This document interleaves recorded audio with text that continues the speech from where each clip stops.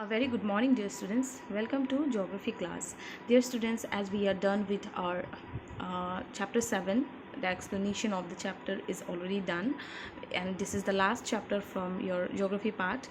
And then we will have the revision from first chapter in our next class. But today we will just have little bit of a recap of this particular chapter, taking the main points. Okay, so let's begin with the first thing, that is the transport. Okay, so the lifelines of the national economy means the transport and the communication.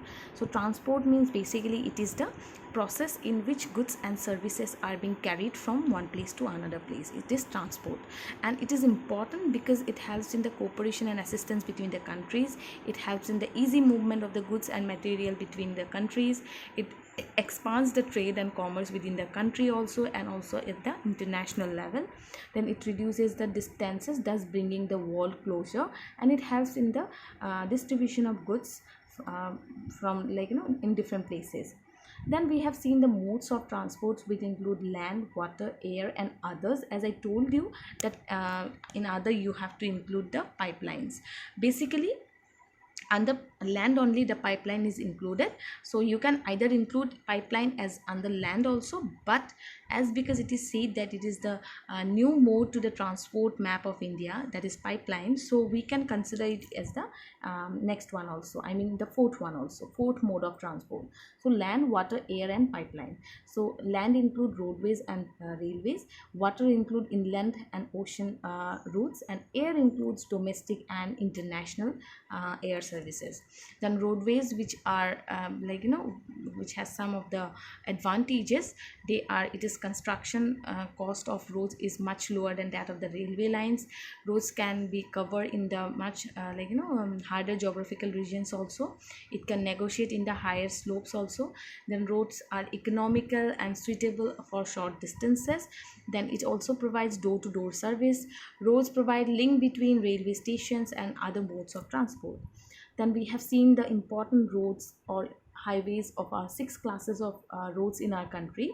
So it include golden quadrilateral and super highways, that is north south east west corridor also, and the golden quadrilateral, which is joining the main metropolitan cities, that is Mumbai, Delhi, Kolkata, and Chennai.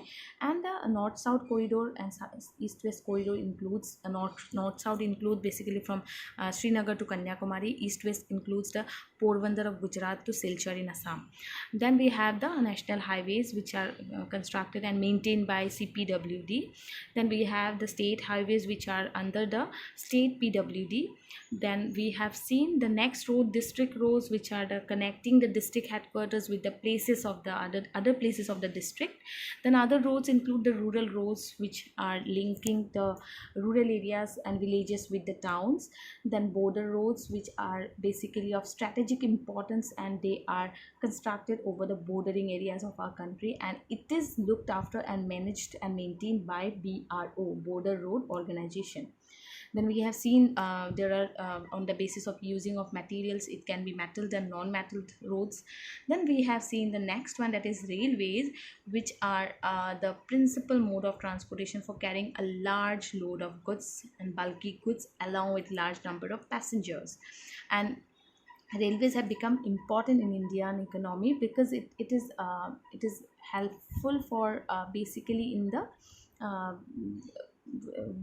growth and development of the agriculture and industrial sector. So it binds the economic growth of our country, economy of our country. Then we have seen railways, it is basically the distribution of railways are mostly affected by three factors, that is physiographic, then administrative, and another one is economic factor. The next we have seen the next one, that is importance, the pipeline. If you consider the third one as the pipeline, then we will discuss the waterways. So pipelines are basically it has its advantage that it can be used for transportation of liquids, like crude oil, petroleum product, natural gas, etc., to the different locations. And it is also, solid can also be transported through pipelines by converting it into slurry. Then the important three pipelines of our country are from oil field of Upper Assam to Kanpur. Second one is from Salaya in Gujarat to Jalandhar, and the third one is the Hajira in Gujarat to the Jagdishpur in Uttar Pradesh. These are the three important national pipelines of our country. Then we have see the next one, that is the waterways. So waterways, it includes the cheapest means of transport, and these are the advantages. They are suitable for carrying heavy and bulky goods, and it is fuel efficient and also environment friendly mode of transport. It does not require any road construction. The next one is the what important inland waterways or national inland waterways of our country. National waterway number 1, Ganga river between Allahabad and Haldia. Number 2 is the Brahmaputra river between Sadia and Dhuburi. Number 3 is the West Coast Canal in Kerala. Number 4 is the specified stretches of Godavari and Krishna river along with the Kakinanda Puducherry stretch of canal. And number 5 is the specified stretches of river Brahmani along with Matai river, delta channels of Mahanadi and Brahmani river in the East Canal coast.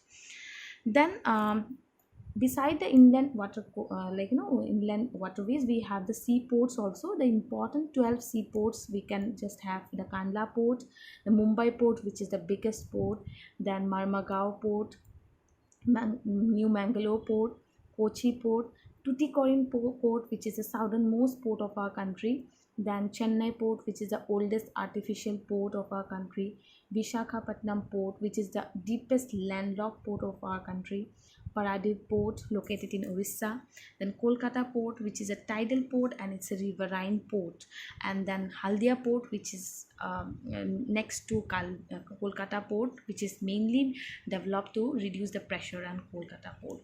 Then we have the airways. So what are the advantages of airways? This is one of the fastest, most comfortable and prestigious mode of transport, and it can cover over difficult terrain also, even if it is a forested area, if it is a flood affected area, if it is a hilly area, but still airways can be or air travel can be done over those places as well.